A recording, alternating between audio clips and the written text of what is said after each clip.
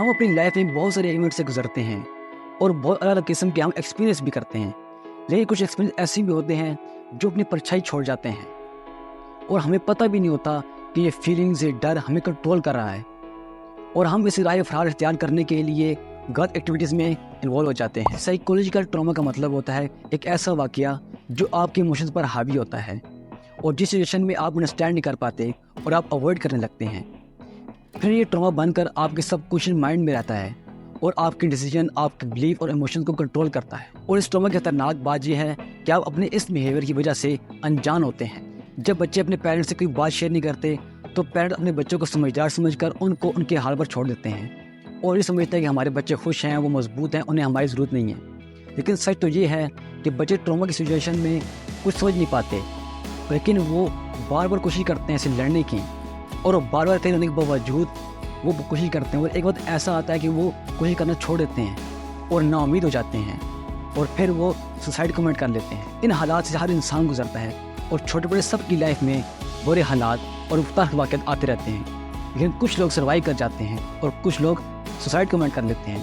آخر اس کی وجہ کیا ہے؟ اور اس کی وجہ جاننے سے پہلے سچویشن کو سمجھنا ہوگا۔ اگر تو نیچرل ڈیزاسٹر ہے، یعنی کہ ارتھ کوئک آیا، بہت سے لوگ اس سچویشن سے گزرے، بہت سے کو نقصان بھی ہوا، تو یہاں آپ کیا کہہ سکتے ہیں کہ یہ ایک سمپل ٹراما ہے، میں اسے سمجھ پا رہا ہوں اور میں اس میں اکیلا نہیں ہوں۔ جب آپ اس سچویشن کو سمجھ لیتے ہیں تو آپ کو بہت آسانی ہوتی ہے اس ٹراما سے نکلنے کے لیے۔ دوسرا ہوتا ہے کمپلیکس ٹراما۔ مثال کے طور پر ایک بچہ ہے جو اسکول میں بلی ہو رہا ہے اور گھر میں بھی اسے سپورٹیو انوائرمنٹ نہیں مل رہا اور بہت ساری وجوہات کی وجہ سے وہ فزیکلی انہیلتھی ہے۔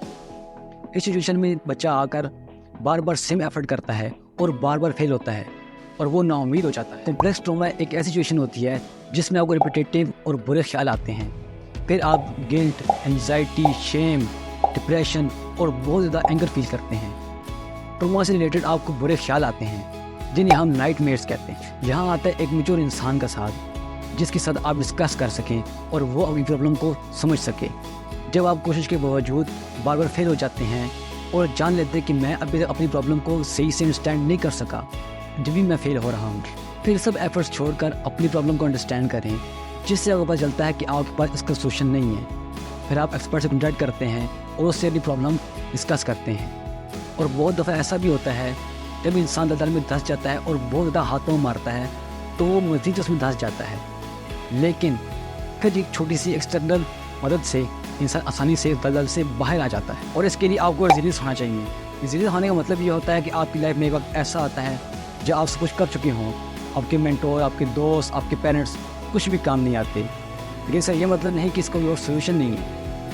جب آپ دیوار پر کیل لگاتے ہو اور آگے سے لوہے کا بیم نکل آتا ہے تو آپ نے بار بار ایفرٹ نہیں کرنی، بلکہ آپ کو ہلکی جگہ چینج کرنی ہے جس سے آپ کی پرابلم سولو ہو جائے گی۔ آپ کو پر امید رہنا ہے کہ اس پرابلم کا سولوشن ہے، لیکن ابھی تک مجھے نہیں پتا اور میں پہلا بندہ نہیں ہوں جو اس میں اسٹک ہوں، مجھ سے پہلے بہت سارے لوگ اس میں اسٹک ہوئے ہیں جنہوں نے سروائیو کیا ہے۔ یعنی وہ ریزیلینس تھے، یعنی پر امید تھے کہ اگر یہ سولوشن نہیں تو کوئی اور سولوشن ہوگا، پر ہوگا ضرور، لیکن مجھے جاننے کی ضرورت ہے کسی ایکسپرٹ سے، کسی مینٹور سے۔ یعنی ریزیلینس ہونے کا مطلب ہے کہ آپ کا سولوشن اورینٹڈ مائنڈ ہونا چاہیے۔ پاکستان میں ٹراما کی سچویشن ان نون ہے، جیسے کہ ہے ہی نہیں۔ اگر کوئی انسان سوسائڈ کر لے یا باغی ہو جائے اور ہم اسے اس کی حالت کا ذمہ دار سمجھتے ہیں اور یہ نہیں سوچتے کہ اس نے یہ کیوں کیا ہے اور وہ ایسا کیوں بنا ہے۔ اپنے مالک پر یقین رکھیں اور اس سے امید لگائیں۔ دعا ہے اللہ پاک ہمیں اس کی سمجھ عطا فرمائے تاکہ ہم اپنے مالک کی مدد سے اس ٹراما سے چھٹکارا پا سکیں اور فیئر لیس زندگی جی سکیں۔ امید ہے یہ ویڈیو آپ کے لیے ہیلپ فل ثابت ہوگی۔ اسٹے ہیلدی، پیس۔